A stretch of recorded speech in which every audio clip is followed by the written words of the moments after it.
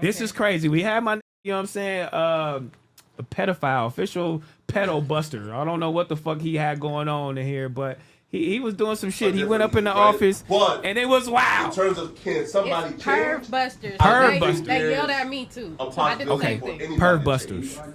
Yeah. So okay. So in terms of how we receive their change, that's different. So you telling me that an ex-Nazi can change, and we could forget about all the stuff that they said within their hearts, all the stuff that they thought about, all the stuff that they. I forget though. Okay, so now, can somebody be an ex-pedophile?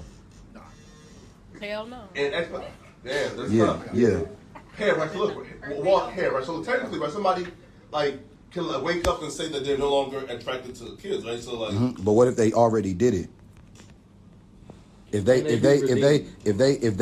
already. All right, I'm cutting this shit off, and I want the ladies to tell me, you know, because niggas got kids in here.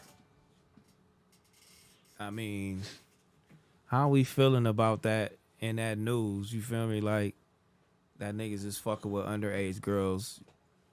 You know, even if, you know, he didn't get convicted or anything like that, but, you know, this whole situation. How y'all feel about that? I think it's very unfortunate. It's trash. Like, at 16, me being a female, I know at 16, I didn't know what the hell I wanted. I know I had no business with an older man. And most of the time, when it's a teenage female and an older man, they know that they can manipulate that person to do whatever they want, whenever they want. So the 16-year-old, of course, he mentioned something like she wasn't doing any wrong. She didn't know what she was doing. No shit, she didn't know what she was doing. She was fucking 16, but you knew what you were doing. At the end of the day, you knew exactly what the fuck you were doing. I was 16 dating an older man, and same shit. He bought me a cell phone, all type of shit. And I'm like, oh, this is it. But now that I'm older, I'm realizing, like, this ain't it. These niggas he was trying to manipulate me. He was trying to control me because I was at an age where it's like, oh, I'm looking at, oh, damn, this nigga got it all. This. And that's probably what was going on with her. So, of course, she not thinking she doing nothing. Of course, she telling her friends, like, yeah, I'm talking to this man and he this. But he can't brag and do that to his friends. But he did. But it's wrong. It's wrong. It's 100% wrong. It made me look at him completely different. I was already looking at him different because of all this shit, but that right there is just foul. And it's like, you about to have a kid.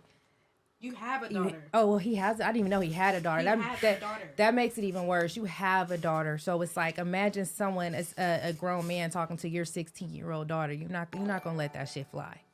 So I think it's foul. It's hella foul. It's hella unfortunate, and I can't get down with that. My whole thing about this situation, though, I know it sound crazy or whatever. I know it's the pedo whole thing, but I'm gonna break it down just from like, why is Cuz even in the building? Does somebody need to get fired for that?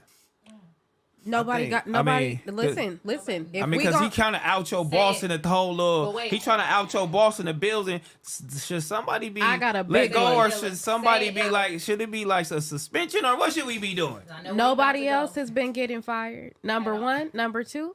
If Adam can bring people in the building to expose employees, anybody can bring anybody into the building to expose employees. No content was deleted when people were exposed. So why is content being deleted when he's exposed?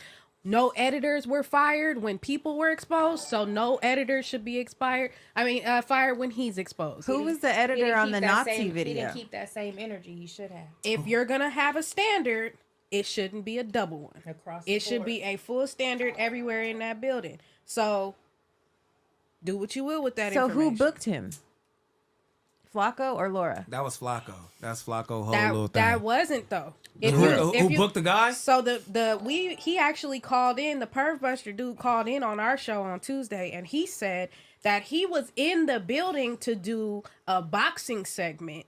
Where at? I don't know. This is the part that I don't understand because I don't know the details of No Jumper. Apparently, there was another piece of content, like a vlog or something that was being filmed because him and his brother are boxers. So they were doing like a training segment with someone in the building. I don't even know. He didn't look like he was ready to train. It might and they got a leather coat on.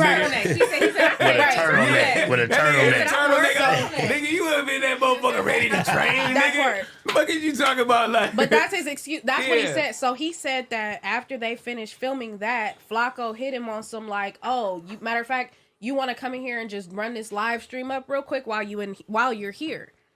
And they was like, okay, let's do it. But they were supposed to be chopping it up about whatever they were talking about in the beginning of it, which nobody really knows because the stream got deleted. The live stream is deleted from No Jumper's website, and had this dude not had the foresight to pull his phone out and jump on live because he already knew what time it was, we wouldn't even have no evidence of any of this even happening. Damn, it almost feel like, I don't know, that somebody like other than him knew about that, because he like, hey, my nigga, you take your phone out because I'm going to end this stream, but you can still have it, though. He knew what he No, was doing. I think He no. said it. That part, I think he knew. He said, knew. I'm coming in the building. Who would I be to not expose somebody who has allegations when this is my brand? It seemed like niggas knew what was going so on. he knew he was going to spin it. If he didn't record, they could have changed that narrative. They can't change nothing because he has it on live. He said They he can't seen the deny end. shit. He was like, okay, we talking about reformed Nazis and why AD got kicked off. I see the segue. I'm about to spin this and talk about reform. So can a pedophile be reformed? Because while we talking about it, you might have one in the building. Yep. Yeah. That part. So he was really just staying true to his brand. Honestly, I don't even know. Facts. I don't see anything wrong with I what don't he think did. it was no host, no setup, nigga. He like, oh, they Because you see Flacco ended the live but as soon as he flipped it on. But you got to remember, all we got was Quick. that live. He was live way before they even got to that segment. And that's why I So said that's what I'm Flacco saying. ended He it was already immediately. in the live way before that segment came. He like, I just need my dialogue. You feel me?